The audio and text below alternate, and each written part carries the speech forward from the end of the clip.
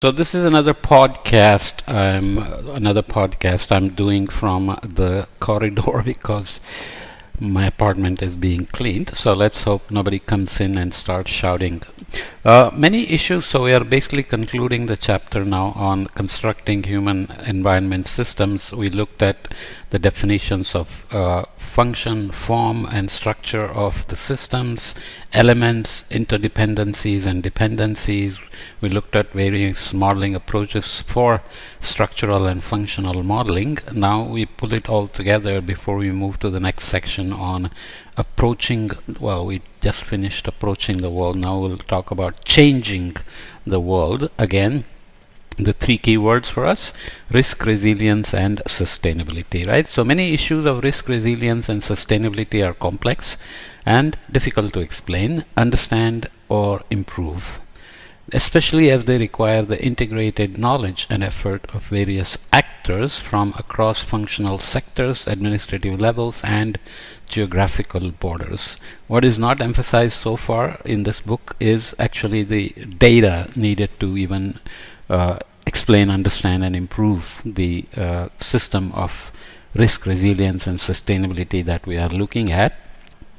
This is very critical. We mentioned about how to observe, how to learn, how to approach the system, and so on, how to represent it. But data is incredibly important, and almost always in any aspect of this complex human environment system, it's always lacking, not enough data.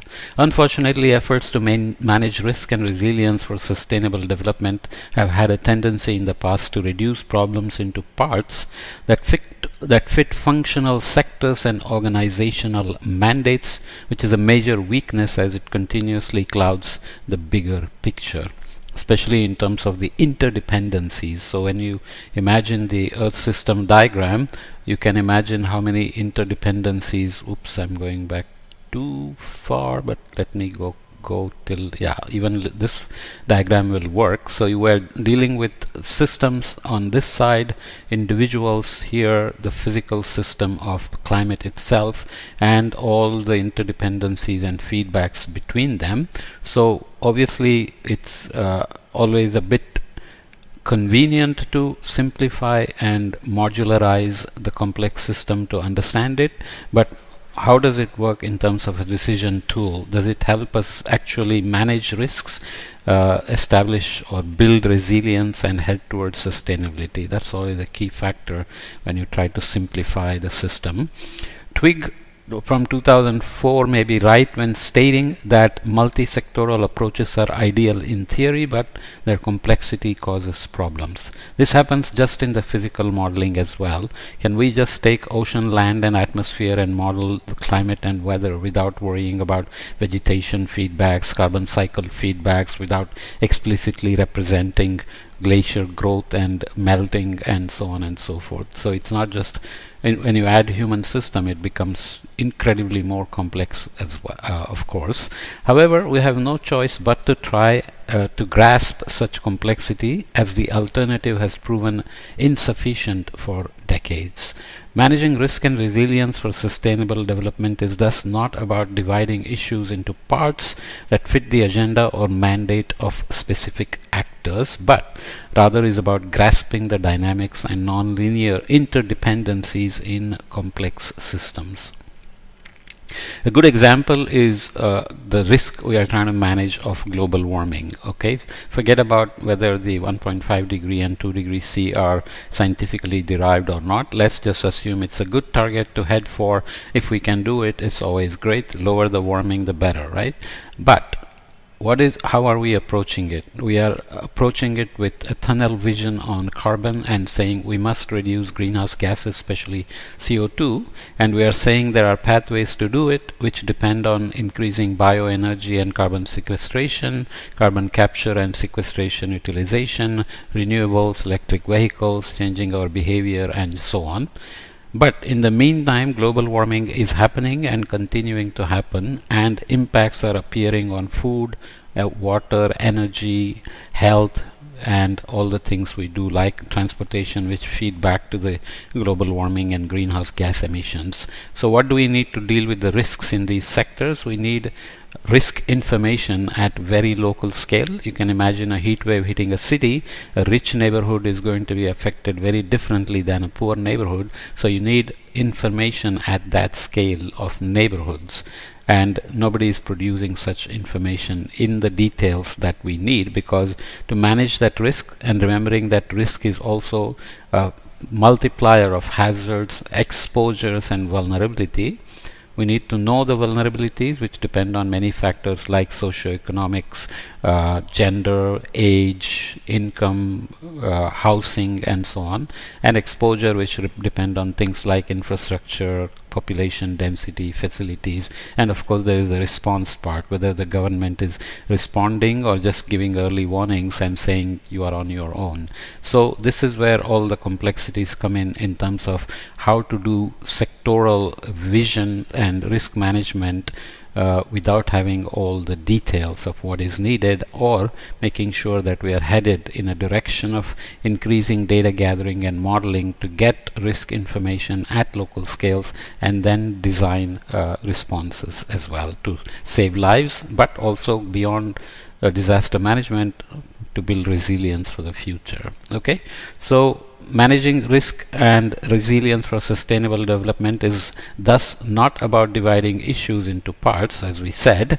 So to be able to grasp this complexity, again, we need to construct human environment systems to represent the parts of the world we are interested in. So if we want to study heat waves at a country scale or sub-national levels, then you need a certain set of complexities represented in the hazards themselves and the human systems. Human environment systems that include both structural and functional models, which in turn include different types of elements and dependencies. These models can be either qualitative or quantitative. Survey-based information on where the most vulnerable people are living can be qualitative in the sense that you know the location but not the number or the population density. Maybe you don't know what means they have. Do they have a fan? Do they have an air conditioning? Do they have water supply to hydrate themselves? Do they have a luxury of going out somewhere else when it's a heat wave in the neighborhood, and so on? It may be challenging to mathematically model all dependencies between elements that appear on the surface to be involved in what human environment system does. So this is always complicated as well, just in terms of mathematically modeling the dependencies. It is thus important to note that it is still possible to determine the most important structural aspects that lie behind system viability and performance. We are saying these things, but how we do this? It's important to note that it is still possible to determine the most important structural aspects that lie behind system viability and performance.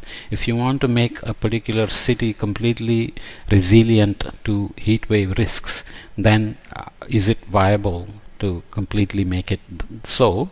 And know all the structural aspects needed to make it happen. We talked about risk information, administration, financing, rescue efforts, infrastructure to manage hydration and shelters, and public transportation to get people around during a heat wave safely, and so on.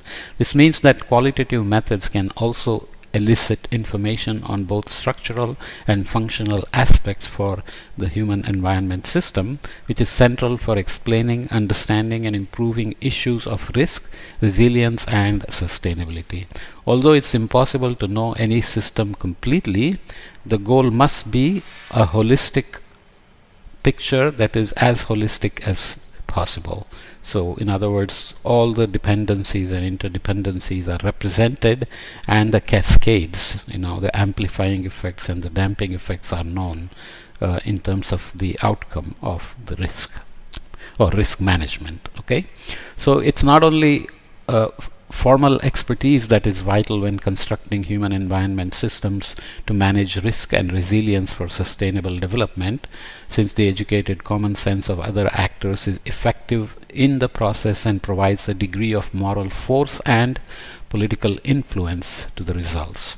Vickers takes this argument further when claiming that over many decades, things which used to be regarded as acts of God, war, famine, pestilence, or as part of the nature of things like crime, destitution, ignorance, now have come to be regarded as controllable, hence assumed to be somebody's responsibility. So there is a risk, and people want the risks to be mitigated. Then they say who should do it? Government or insurance company or whoever. They can all be fixed. It is just a matter of know-how. It is true and welcome that the degree of our control is slowly extending, but assumptions based on this extension are false and dangerous. Not everything can be fixed, and fixing is never just know-how. It's always decision made at the cost of not fixing something else. So there is no risk-free option. If you do make decisions, you may have risks of maladaptation or not completely protecting one group versus the other, and so on.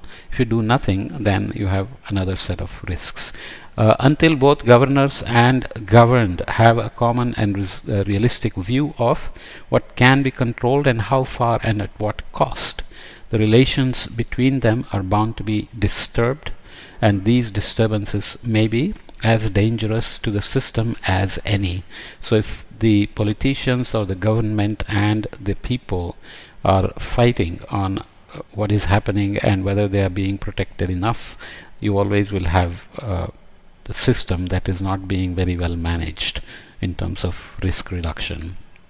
So you can see that I'm saying a lot about disaster management kind of things with risk of heat waves and cities and neighborhoods and so on, but then sustainability is always there in the background, because disaster management, prevention and recovery and so on have to then also be continuously building resilience so that we keep coming back to the sustainability pathway as well.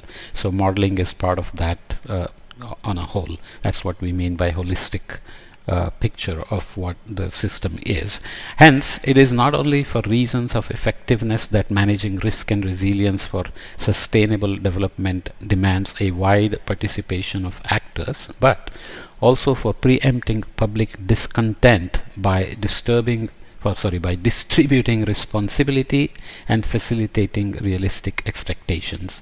In adaptation, we have talked extensively about incentivizing people and firms to adapt and avoid exposing themselves to risks and so on.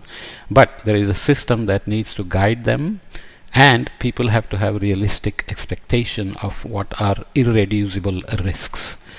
So their expectations have to be realistic in that sense, and there are always economic constraints in terms of what actually can be funded. I gave the example of sea level rise. If Mumbai is facing 2-meter sea level rise for 2100, we don't need to worry about whether that is realistic or not. It most certainly is not, because there are uncertainties in these projections at such local scale. But what can you do about this risk depends on how much money you can invest against sea level rise protection, whether you're building a seawall or doing other nature-based solutions or trying to move people away from the coasts and so on. So financial constraints are anything but trivial, right? So public discontent that seems to be increasing in the wake of recent examples of calamity just indicate how complicated the system is. But preempting public discontent by distributing responsibility, make sure that they understand that they are part of the system. They have to be responsible, so react and proact to warnings and awareness of what the government has given them in terms of risks they are facing where they are living, and how to quickly react or be able to also provide crowdsourced data back to the system to produce early warnings. For example, Twitter's social media postings and so on can actually give forecasters information about what is happening on the ground, even as they are sitting in the lab and making forecasts, so that early warnings can be fine-tuned. So they have a huge responsibility in building a system that is minimum in risk, resilient, and on its path to sustainable development.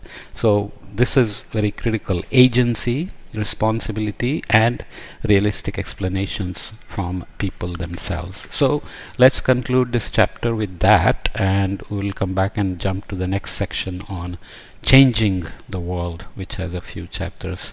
These that should bring us close to concluding the chapter. We'll have some final thoughts at the end after part 3. Okay?